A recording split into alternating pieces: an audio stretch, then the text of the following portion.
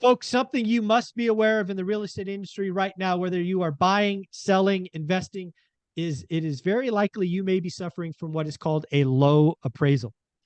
This is something we probably haven't had to think about for 5 to 7 years, but I strongly suspect and already have investors in my Rolodex who have had to eat 30, 40, sometimes $50,000 loss. This is in a small market. In a big market, it might be six figures. But yes, folks, appraisers may hit that dreaded box, declining market.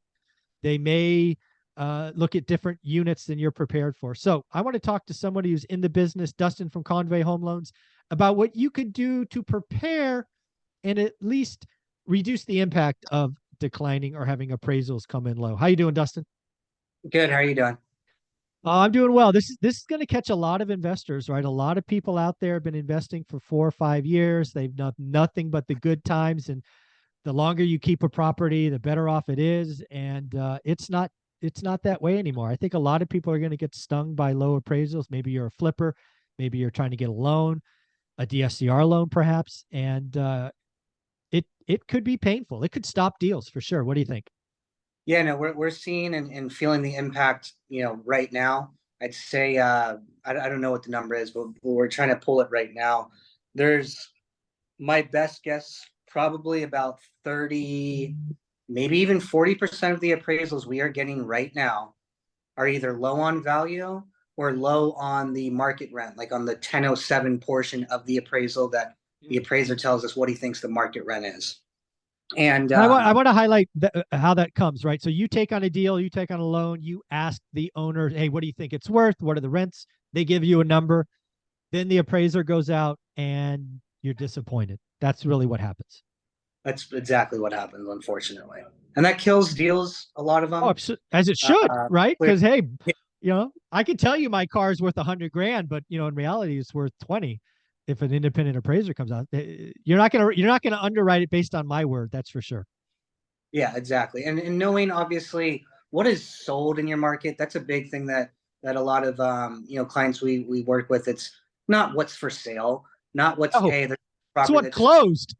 what's actually sold and using Yeah. that. Now, market values apply mainly to everybody that's getting a loan, whether it's your primary, secondary, or investment.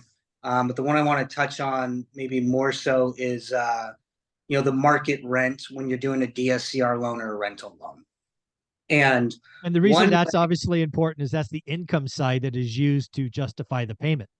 exactly that's arguably the most important part of a DSCR loan. Credit sure, but I would still argue that the rent that we use to qualify, which is always going to be the lower of the two, okay, Correct.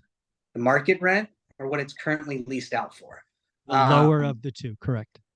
the lower of the two.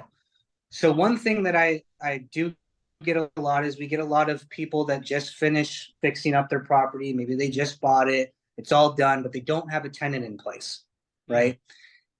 Having a tenant in place where you have a signed lease agreement, the appraisers are going to ask you, is it leased out? Oh, it is. Great. Can I see the lease? Or what's it rented for?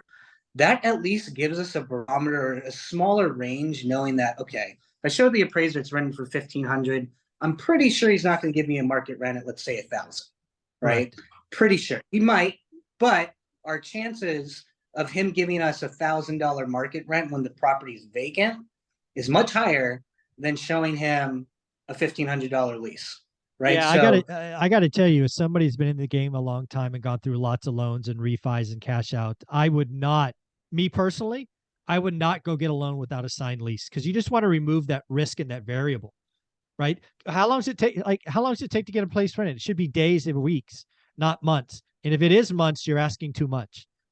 So yeah, be careful. no, that's very important. I mean, the lease agreement, like I said, it's not a guarantee that the appraiser is going to put it. I've had appraisals where the Sure. appraiser put the market rent lower than the actual rent, but it's very, the amount of times we get market rent lower than what the client thinks when it's vacant is significantly higher. Yeah, and what I would tell you into an environment that's not the last 2 years, as an investor, you want to de-risk as many things as you can. And if you're going into a DSCR loan with a for rent building that is vacant, you haven't done your job. You just haven't done your job. No. You don't even start the process until you have a signed lease, or at least are advertising and you expect one. Because you're only asking for pain. You're only going to get negative surprises. You won't get a Yeah, and positive surprise. the thing too is if vacant, most lenders give you a haircut on the leverage regardless of what the market rent comes back at. So that's very Exactly. important to know too. So even if you get a really high market rent, well, hey, it's vacant, so we're going to give you a 5 or 10% haircut. Yeah. Instead of getting 75 or 80%, maybe if you're shooting for that, now you're getting 65 or 70. So that's very important that I wanted to obviously share with the listeners on that like get a lease in place. Sure, if you're in a bind and you need to get it done and you're okay and you only need 50% and whatnot, we can do it if it's vacant, but you're not going to get the best terms. Not getting better. The other thing I want to highlight for people is for a couple of years now, you really haven't had to do any work about an appraisal. I think nowadays, especially if you're doing BRRRR or you're doing any kind of value add, I would take copious notes or copious receipts. I would probably do video and have it nicely prepared for the appraiser just so they know and see all the value adds you've done.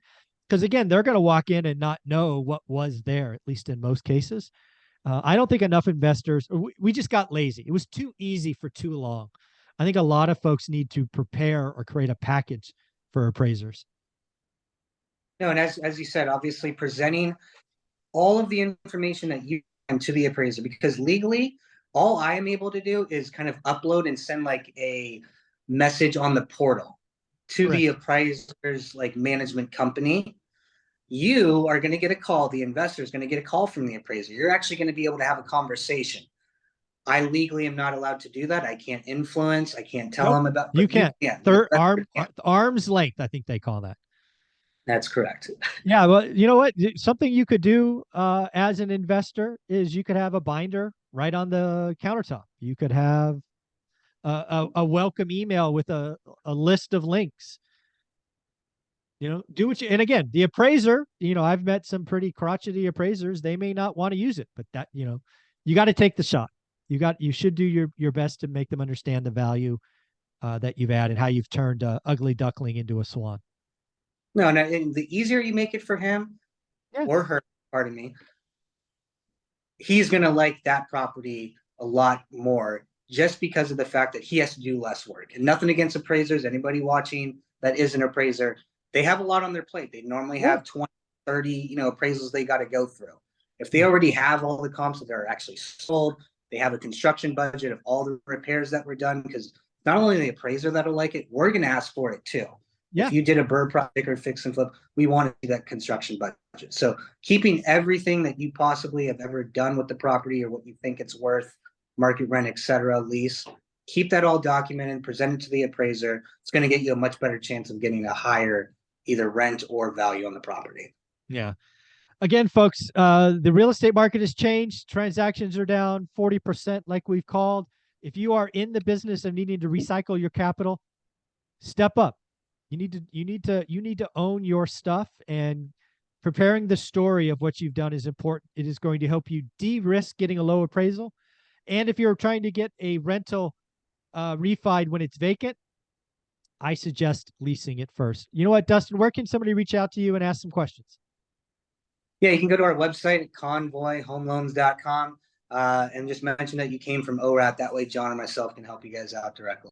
Again, folks, tell them you came from ORAT because you get one of the two principals, Dustin or Jonathan. I sometimes jokingly call him Justin. Thanks, buddy.